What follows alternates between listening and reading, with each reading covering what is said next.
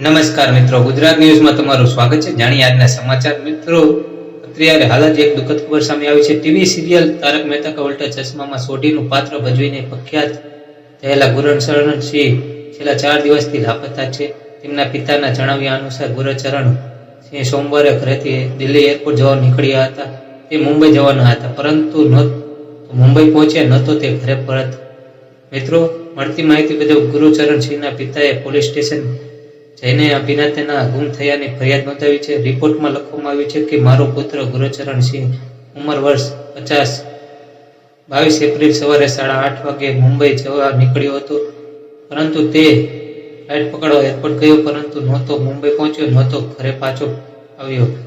તેનો ફોન પણ ઉપલબ્ધ નથી. તે માનસિક રીતે સ્થિર છે અને અમે તેની શોધ કરી હતી, પરંતુ તે તમને જણાવી દઈએ કે ગુરચરણ સિંહ છેલ્લે લોકપ્રિય ટીવી શો તારક મહેતા કા ઉલ્ટા ચશ્મામાં જોવા મળ્યા હતા.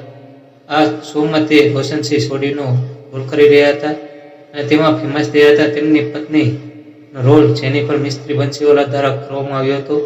અભિનેતા તેના પિતાની નાદુરસ્ત તબિયતને કારણે શોમાંથી બહાર નીકળી ગયા હતા. મિત્રો, આવી જ માહિતી માટે ચેનલને સબસ્ક્રાઈબ અને વિડીયોને લાઈક કરજો. મિત્રો, ધન્યવાદ.